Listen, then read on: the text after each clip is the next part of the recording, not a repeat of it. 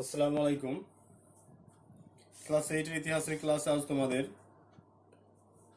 সপ্তম অধ্যায় ভারতের জাতীয় আন্দোলনের আদর্শ বিবর্তন ভারতের জাতীয় আন্দোলনের আদর্শ বিবর্তন সম্পর্কে আলোচনা করব। ভারতের জাতীয় আন্দোলনের আদর্শ বিবর্তন এ সম্পর্কে আলোচনা করব এবং এই প্রসঙ্গে প্রথম যেটা ক্লাস, সেই প্রথম ক্লাসে গুগল মিটে আমরা একটু আলোচনা করেছিলাম। যতদূর আলোচনা করা হয়েছে তার সারসংক্ষেপটা একবার বলে দিই। যতদূর আলোচনা করা হয়েছে তার সারসংক্ষেপ দেখো। এখানে তোমাদের পেজ নাম্বার, তোমাদের যেটা টেক্সট বই 115 পাতা থেকে এটা শুরু হচ্ছে। 115 পাতা থেকে তোমাদের এই অধ্যায়টা শুরু হচ্ছে। তাহলে এখানে প্রথমেই কিন্তু আছে যে টুকরো পাতার মধ্যে বা তার আগে বলা আছে যে প্রথম বিশ্বযুদ্ধ সময়কাল উল্লেখ করা আছে। প্রথম বিশ্বযুদ্ধ দেখো, প্রথম বিশ্বযুদ্ধের সময়কাল 1914 থেকে 18। এই 1914 থেকে 1918, 1914 থেকে 1918 এই সময়কালে প্রথম বিশ্বযুদ্ধ হয়েছিল। এবং এই যে প্রথম বিশ্বযুদ্ধ হলো, তাহলে এই প্রথম বিশ্বযুদ্ধের দুটো পক্ষ, একটা হচ্ছে মিত্র শক্তি আর একটা হচ্ছে অক্ষ শক্তি। মিত্র শক্তি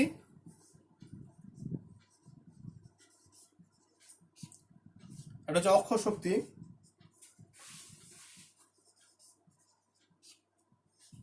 তাহলে মিত্র শক্তি দেখো, মিত্র শক্তির অন্তর্ভুক্ত দেশগুলো হচ্ছে ইংল্যান্ড, ফ্রান্স এবং রাশিয়া। ইংল্যান্ড, ফ্রান্স আর রাশিয়া। ইংল্যান্ড, ফ্রান্স, রাশিয়া এগুলো হচ্ছে মিত্র শক্তিভুক্ত দেশ। আরেকটা যেটা হলো সেটা হচ্ছে ত্রিশক্তি চুক্তি বা অক্ষ শক্তি যেটা বা কেন্দ্রীয় শক্তি, সেটা জার্মানি, ইতালি এবং অস্ট্রিয়া। জার্মানি, ইতালি এবং অস্ট্রিয়া। জার্মানি, ইতালি আর অস্ট্রিয়া। তাহলে একটা মিত্র শক্তি, একটা হচ্ছে অক্ষ শক্তি। এরপর এখন প্রশ্ন হলো যে তাহলে প্রথম বিশ্বযুদ্ধ এমন একটা যুদ্ধ যে যুদ্ধে সারা পৃথিবীর দেশ, সারা পৃথিবীর বিভিন্ন দেশ প্রত্যক্ষ এবং পরোক্ষভাবে যুক্ত হয়েছিল। ঠিক আছে, সারা পৃথিবীর দেশ এই প্রথম বিশ্বযুদ্ধে প্রত্যক্ষ এবং পরোক্ষভাবে কিন্তু তারা যুক্ত হয়েছিল। তাহলে এখন একটা প্রশ্ন, যে ভারতবর্ষ কোন দিকে ছিল? অক্ষ শক্তির মধ্যে ছিল না মিত্র শক্তির মধ্যে ছিল? দেখো তাহলে এখানে উল্লেখ করতে হবে যে ভারতবর্ষ কিন্তু ইংল্যান্ডের পক্ষে হয়েছিল, তার মানে মিত্র শক্তিভুক্ত দেশের মধ্যে ছিল। তাহলে কেন ভারতবর্ষ মিত্র শক্তিভুক্ত দেশের মধ্যে ছিল? যেহেতু যে সময়ের কথা আমরা আলোচনা করছি 1914 থেকে 18, যে সময়ের কথা আমরা আলোচনা করছি, দেখো এই 1914 থেকে 18 যে সময়ের কথা আমরা আলোচনা করছি, এই সময় কিন্তু ভারতবর্ষ ইংরেজদের অধীনস্থ ছিল। ভারতবর্ষ ইংরেজদের অধীনে ছিল, ভারতবর্ষের উপনিবেশ ছিল। তাই ভারতবাসীরা ভেবেছিল যে যদি আমরা ইংরেজদের হয়ে, তাহলে ইংরেজরা ভারতবাসীদের কাছে তারা সাহায্য এবং সহযোগিতা চেয়েছিল, এবং এতে ভারতীয়রা কিন্তু সাড়া দিয়েছিল। ভারতীয়রা উপলব্ধি করেছিল যে যদি আমরা ইংল্যান্ডের হয়ে যোগদান করি এবং ইংল্যান্ড এই যুদ্ধে জয়লাভ করে, তাহলে হয়তো তারা ভারতবর্ষ ত্যাগ করে চলে যাবে। এই আশা এবং আকাঙ্ক্ষাকে সামনে রেখে তারা কিন্তু এই যুদ্ধে অংশগ্রহণ করেছিল। তাহলে এখানে দেখো, একদিকে যেমন নজওয়ান যারা যুবক শ্রেণী তারা যেমন যোগদান করেছিল, সেরকম প্রচুর পরিমাণে অর্থ সংগ্রহ করে সেই অর্থ কিন্তু ইংল্যান্ডকে দেওয়া হয়েছিল। তাহলে উভয় দিক থেকে কিন্তু ভারতবর্ষ ইংল্যান্ডকে সাহায্য এবং সহযোগিতা করেছিল। তাহলে ফলশ্রুতি কি হলো? যখন যুদ্ধ শেষ হলো 1918 খ্রিস্টাব্দে, যুদ্ধ শেষ হওয়ার পরপরই দেখা গেল কি না, ভারতবাসীরা যে সমস্ত আশা আকাঙ্ক্ষা নিয়ে, ভারতীয়রা যে আশা আকাঙ্ক্ষা নিয়ে এই যুদ্ধে অংশগ্রহণ করেছিল, সেটা কিন্তু বাস্তবায়িত হলো না বা ফলপ্রসূ হলো না। ভারতবাসীরা কিন্তু যেরকম ছিল সেরকমই থেকে গেল, পরন্তু তাদের উপরে আবার বিভিন্ন রকমের অর্থনৈতিক যে প্রথম বিশ্বযুদ্ধের প্রভাব, সেই প্রভাবটা কিন্তু ভারতীয়দের উপর পড়ল। এরপর আমরা জানবো যে ভারতের ওপর প্রথম বিশ্বযুদ্ধের প্রভাবটা কেমন পড়েছিল। তাহলে প্রথম বিশ্বযুদ্ধের প্রভাব শুধুমাত্র ভারতবর্ষ নয়, সারা পৃথিবীর সমস্ত দেশের উপরেই পড়েছিল। তবে সে প্রসঙ্গে ভারতবর্ষের ওপর কেমন প্রভাবটা পড়েছিল সে সম্পর্কে আমরা জানব।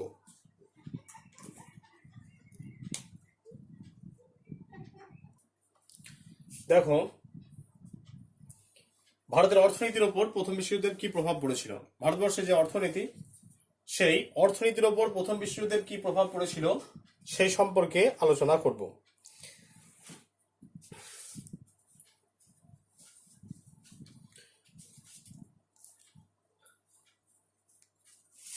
প্রথম বিশ্বযুদ্ধের প্রভাব যদি আমরা বিশ্লেষণ করি তাহলে বলবো যে প্রথম বিশ্বযুদ্ধের উপর যে সমস্ত প্রভাবগুলো পড়েছিল ভারতবর্ষের উপর, তার মধ্যে অন্যতম হচ্ছে দ্রব্যমূল্য বৃদ্ধি।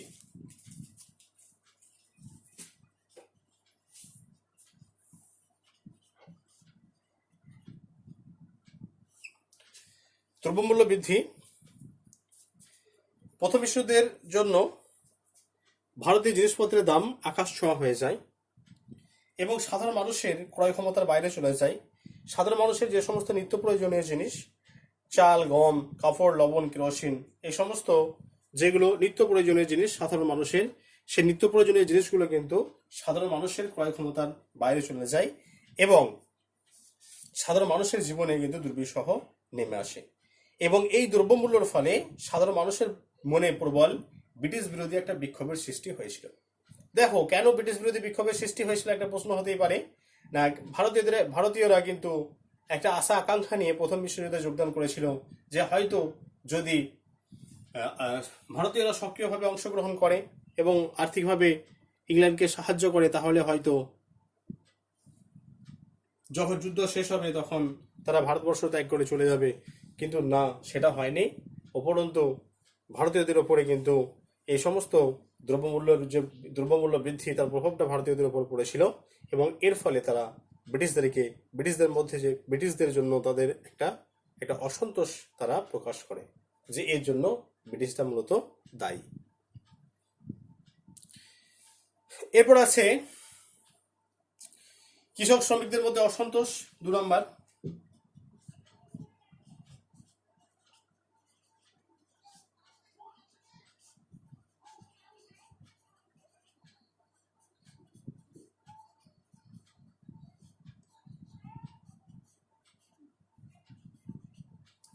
কৃষক শ্রমিকদের মধ্যে অসন্তোষ।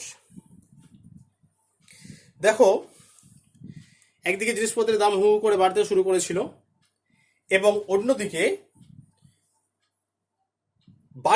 তাদের উপরে বাড়তি কর চাপানো হয়েছিল। তাহলে কৃষক এবং শ্রমিকদের মধ্যে যে অসন্তোষ, তার প্রধান কারণ হচ্ছে যে যেহেতু এই সময় দেখো জিনিসপত্রের দাম হু হু করে বেড়ে যাচ্ছে, ক্রয় ক্ষমতার বাইরে চলে যাচ্ছে এবং অন্যদিকে কি হচ্ছে না, এই সময় বেশি বেশি পরিমাণে করের বোঝা সাধারণ মানুষের উপরে চাপানো হচ্ছে।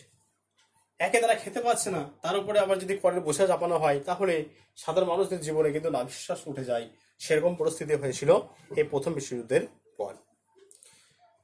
জিনিসপত্রের দাম হু হু করে বেড়ে যাচ্ছে, কিন্তু সে তুলনায় কৃষক এবং শ্রমিকদের যে মজুরি, সেই মজুরি কিন্তু বৃদ্ধি পাচ্ছে না। ফলে সাধারণ মানুষদের জীবন দুর্বিষহ হয়ে যায় এবং এই সময়কালে বলশেভিক বিপ্লব হয়েছিল রাশিয়ায়।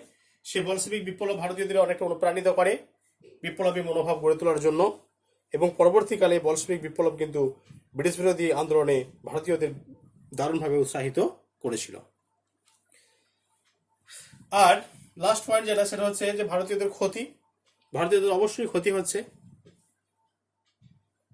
ভারতীয় সৈন্য এবং সম্পদের ক্ষতি।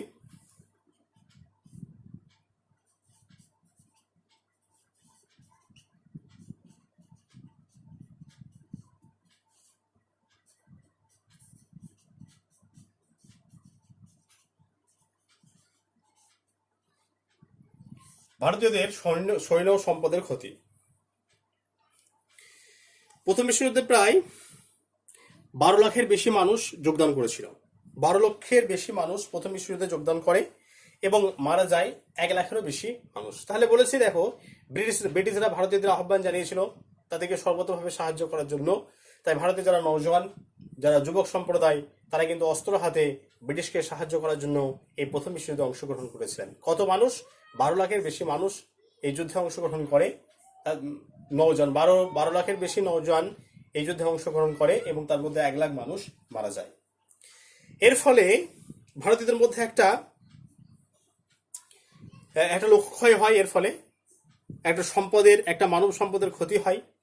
1 লক্ষ মানুষ মারা যাওয়া মানে একটা বিশাল ক্ষতি এবং তাদের মধ্যে বেশিরভাগই ছিল নওজোয়ান, যুবক। তাহলে 1 লক্ষর বেশি মানুষ এই প্রথম বিশ্বযুদ্ধে মারা যায়, ফলে একটা মানব সম্পদের বিরাট পরিমাণে ক্ষতি হয়। তাহলে এই মানব সম্পদের বিরাট ক্ষতির সাথে সাথে কি হয়েছিল না, সেই সময় ভারতীয়রা বিভিন্ন জায়গায় চাঁদা সংগ্রহ করে তারা নিজেদের সর্বতভাবে তারা সর্বতভাবে তারা ব্রিটিশদেরকে সাহায্য এবং সহযোগিতা করেছিল অর্থ দিয়ে। ফলে লোকক্ষয়ের পাশাপাশি বা মানব সম্পদের ক্ষয়ের পাশাপাশি ভারতীয়রা কিন্তু আর্থিকভাবেও ভীষণভাবে ক্ষতিগ্রস্ত হয়েছিল। ফলে পরবর্তীকালে কিন্তু ভারতীয় ওপর বিরাট পরিমাণে একটা রাজস্বের বোঝা চেপেছিল সেই ঘাটতিগুলো পূরণ করার জন্য। তাহলে এইভাবে আমরা এই প্রথম বিশ্বযুদ্ধ ভারতীয় অর্থনীতির ওপরে প্রথম বিশ্বযুদ্ধ এরকমভাবে প্রভাব বিস্তার করেছিল বা এরকম প্রভাব ফেলেছিল। তার মধ্যে পয়েন্টসগুলো হচ্ছে, দেখো, দ্রব্যমূল্য বৃদ্ধি, কৃষক এবং শ্রমিকদের মধ্যে অসন্তোষ, আর ভারতীয় সৈন্য এবং সম্পদের ক্ষতি। ঠিক আছে, তাহলে এই সমস্ত প্রভাবগুলো ভারতীয় অর্থনীতির ওপর পড়েছিল। এবার আমরা জানবো মন্টেগু-চেমসফোর্ড সংস্কার আইনটা একটু জানতে হবে, এটা গত ক্লাসে আলোচনা করা হয়নি। মন্টেগু-চেমসফোর্ড সংস্কার আইনটা একটু বলে দিই। মন্টেগু-চেমসফোর্ড সংস্কার আইন কি সেটা এখন একটু আলোচনা করব। দেখো, এবার আমরা আলোচনা করব মরলে-মিন্টো সংস্কার আইন। তোমাদের 116 পেজ নাম্বার 116 অল্প আলোচনা করা আছে, সংক্ষেপে, খুব সংক্ষেপে আলোচনা করা আছে মরলে-মিন্টো, আচ্ছা, মন্টেগু-চেমসফোর্ড সংস্কার খুব সংক্ষেপে বলা আছে। দেখো, এই মন্টেগু-চেমসফোর্ড সংস্কার আইন 1919 খ্রিস্টাব্দে হয়েছিল। তাহলে সেই সময় ভারত সচিব ছিলেন মন্টেগু। তাহলে মন্টেগু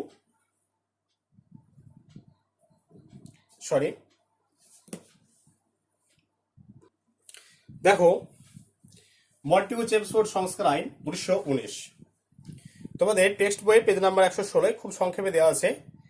তাহলে ভারতবর্ষে তাহলে মন্টেগু-চেমসফোর্ড সংস্কার আইন এটা 1919 সালে হচ্ছে। সেই সময় ভারত সচিব ছিলেন মন্টেগু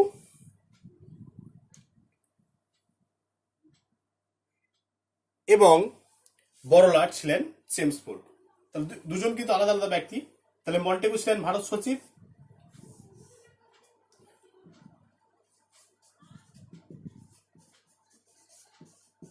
আর চেমসফোর্ড ছিলেন বড়লাট।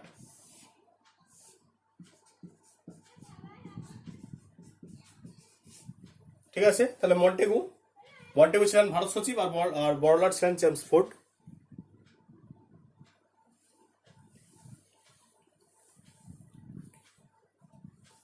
ভারতবর্ষে ব্রিটিশ সরকারের একটা সাংবিধানিক সংস্কারের একটা উল্লেখযোগ্য দিক হলো এই মন্টেগু-চেমসফোর্ড সংস্কার আইন। দেখো, এর ঠিক 10 বছর আগে, অর্থাৎ 1909 খ্রিস্টাব্দে একটা আইন পাশ করা হয়েছিল যার নাম হলো মরলে-মিন্টো সংস্কার আইন। মরলে-মিন্টো সংস্কার আইন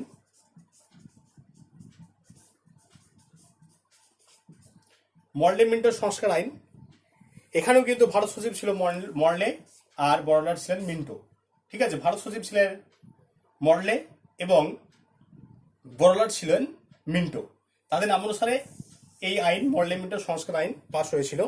তাহলে এই মরলে-মিন্টো সংস্কার আইনে মরলে-মিন্টো যে সংস্কার আইন, সেই সংস্কার আইনে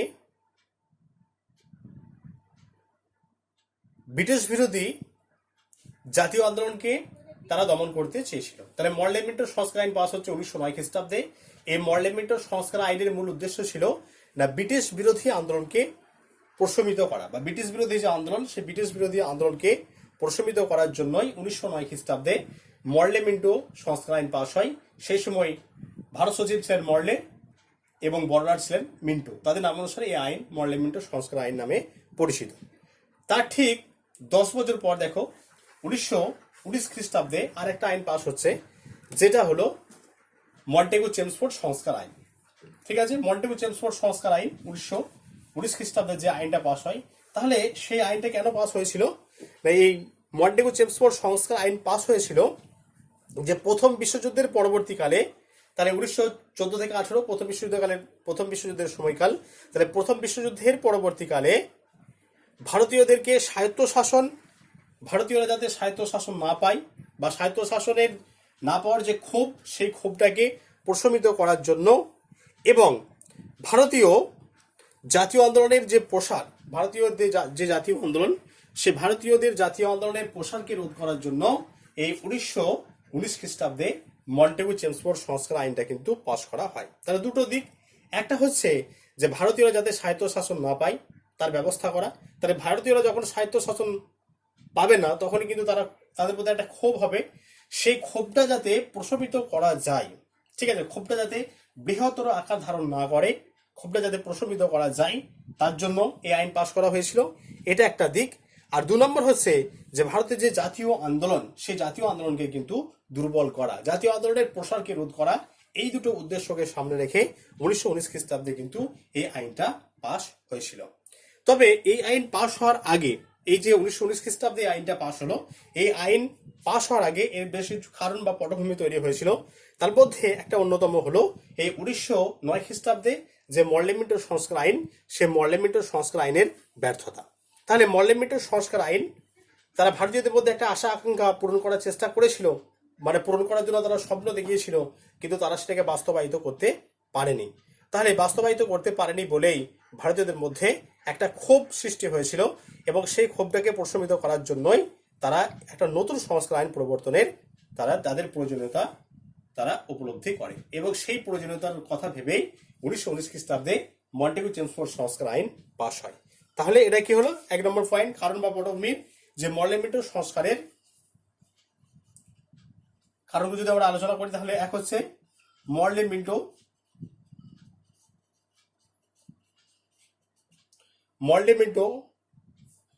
আইনের ব্যর্থতা।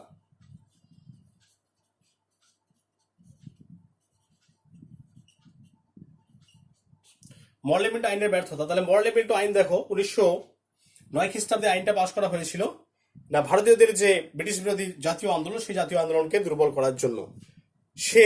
সেটা কিন্তু যখন বাস্তবায়িত হলো না, বা সেটা পূরণ করতে গিয়ে তারা যখন বিভিন্ন সমালোচনার মুখে পড়লেন, বা ভারতীয়দের যে আশা আকাঙ্ক্ষা, সেই আশা আকাঙ্ক্ষা যখন পূর্ণ হলো না, তখন ব্রিটিশ সরকার আর একটা নতুন আইনের প্রয়োজনীয়তা উপলব্ধি করেছিলেন, এবং যার ফলশ্রুতি হলো 1919 খ্রিস্টাব্দের মন্টেগু চেমসফোর্ড সংস্কার আইন। নেক্সট হচ্ছে জাতীয় কংগ্রেসের মধ্যে ঐক্য।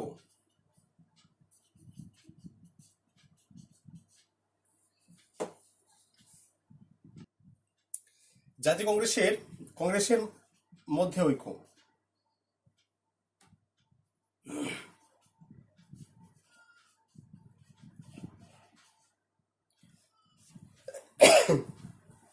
কংগ্রেসের মধ্যে ঐক্য দেখো, আমরা জেনেছি 1907 খ্রিস্টাব্দে সোয়ার ভাঙন হয়েছিল। এর আগের অধ্যায়ে আমরা জেনেছি, আগের অধ্যায়ে পড়েছি যে 1907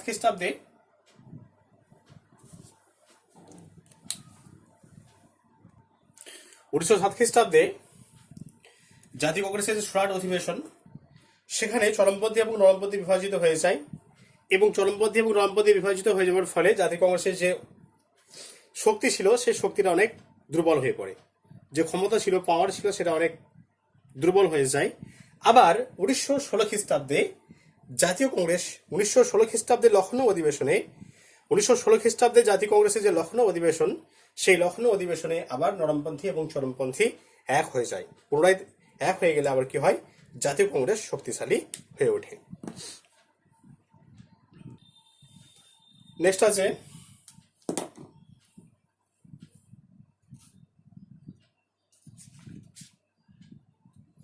কংগ্রেস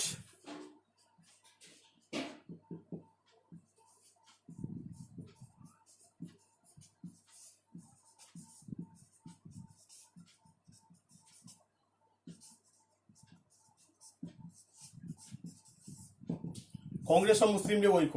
কংগ্রেস ও মুসলিম লীগ ঐক্য দেখো,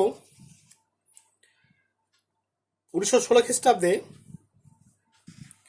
লখনৌ শহরে কংগ্রেস এবং মুসলিম লীগের একটা অধিবেশন অনুষ্ঠিত হয়, এবং এই লখনৌ অধিবেশনে কংগ্রেস এবং মুসলিম লীগ একটি চুক্তি স্বাক্ষর করে ঐক্যবদ্ধভাবে জাতীয় আন্দোলন পরিচালনা করতে তারা সম্মত হয়। তাহলে কংগ্রেস এবং মুসলিম লীগের মধ্যে যে দূরত্ব ছিল এতদিন 1906 খ্রিস্টাব্দে মুসলিম লীগ তৈরি হয়। মুসলিম লীগ তৈরি হওয়ার ফলে জাতীয় কংগ্রেসের সঙ্গে মুসলিম লীগের একটা দূরত্ব তৈরি হয়েছিল। আবার 1916 খ্রিস্টাব্দের জাতীয় কংগ্রেসের যে লখনৌ অধিবেশন, 1916 খ্রিস্টাব্দের জাতীয় কংগ্রেসের লখনৌ অধিবেশনে এই কংগ্রেস এবং মুসলিম লীগ তারা আবার ঐক্য হয়ে যায়। এই কংগ্রেস এবং মুসলিম লীগ যখনই ঐক্য হয়ে যায়, তখনই কিন্তু জাতীয় আন্দোলন আরো শক্তিশালী হয়ে ওঠে, জাতীয় আন্দোলন আরো মজবুত হয়ে ওঠে। এরপর হচ্ছে হোম রুল আন্দোলন, হোম রুল লীগ বা হোম রুল আন্দোলন।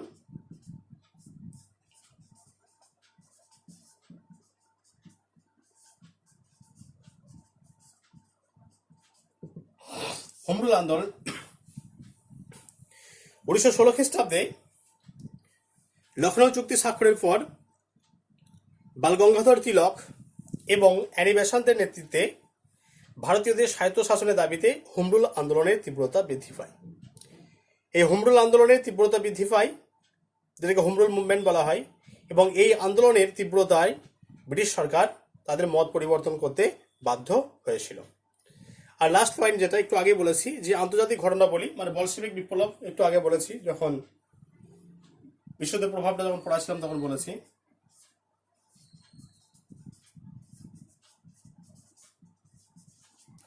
আন্তর্জাতিক ঘটনাবলী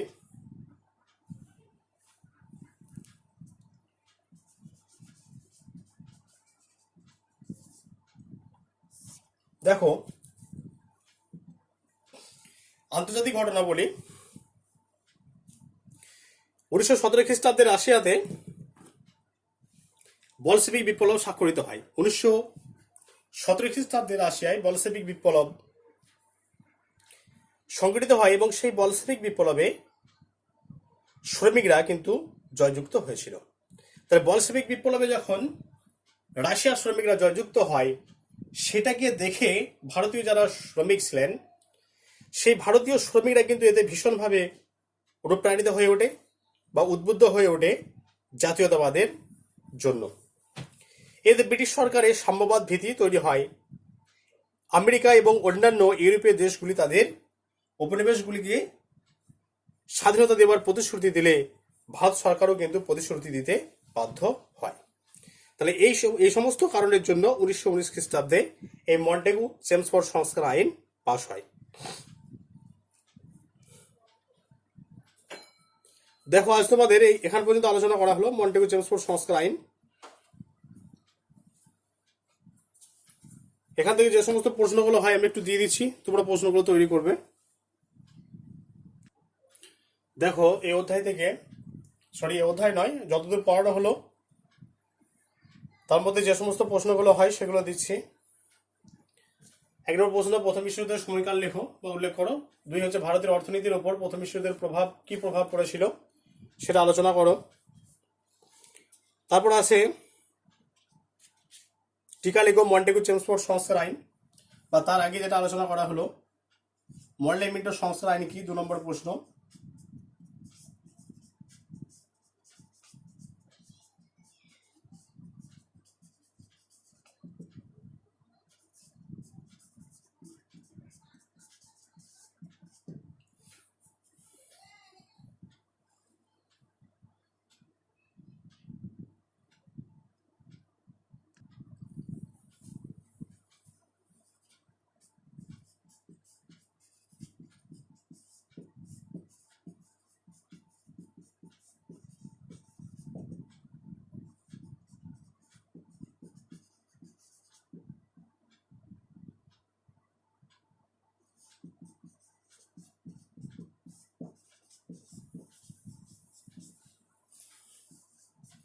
মন্টেগু চেমসফোর্ড সংস্কার আইনের টিকা লিখতে হবে।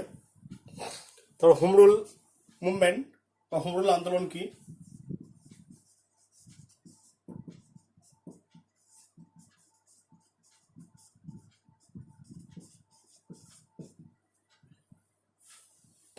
আজকে ক্লাসে এগুলি আলোচনা করা হলো। সেদিন লাইভ ক্লাসে যে যতদূর আলোচনা করা হয়েছে সেই প্রশ্নগুলো দিয়ে দিই। লাইভ ক্লাসে যেগুলো আলোচনা করেছি সেখান থেকে যে প্রশ্নগুলো হয় সেগুলো দিচ্ছি।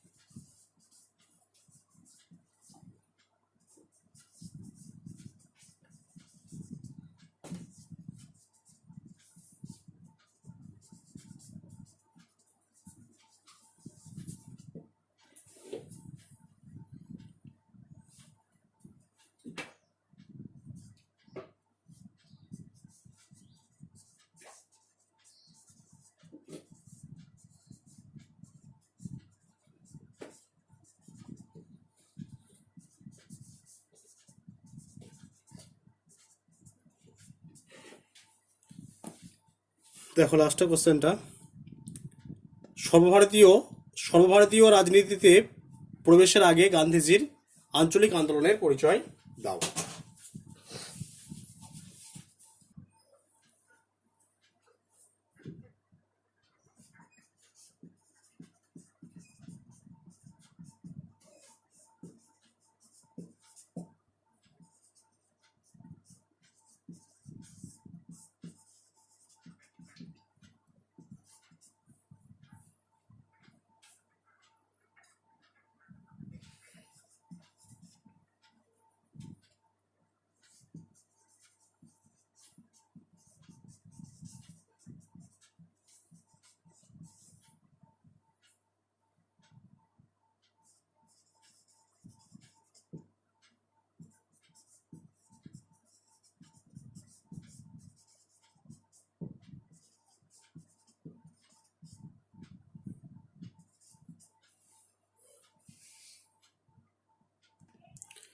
8 নম্বরে আছে অহিংস সত্যাগ্রহ বলতে কি বোঝো, এই আদর্শ গান্ধীজি কোথায় প্রথম প্রয়োগ করেন।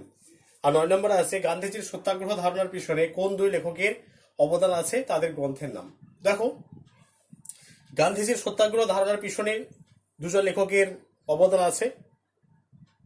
একজন হলেন ইংরেজ লেখক রাস্কিন, ইংরেজ লেখক রাস্কিন ইংরেজ লেখক রাস্কিন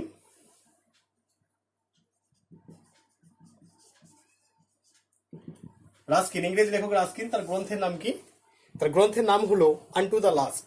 আনটু দ্য লাস্ট, ঠিক আছে। একজন ইংরেজ লেখক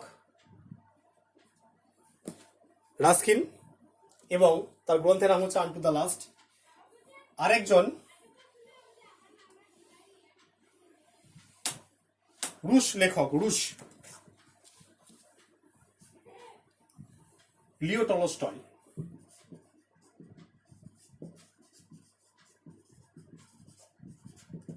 Leo Tolstoy kingdom of god.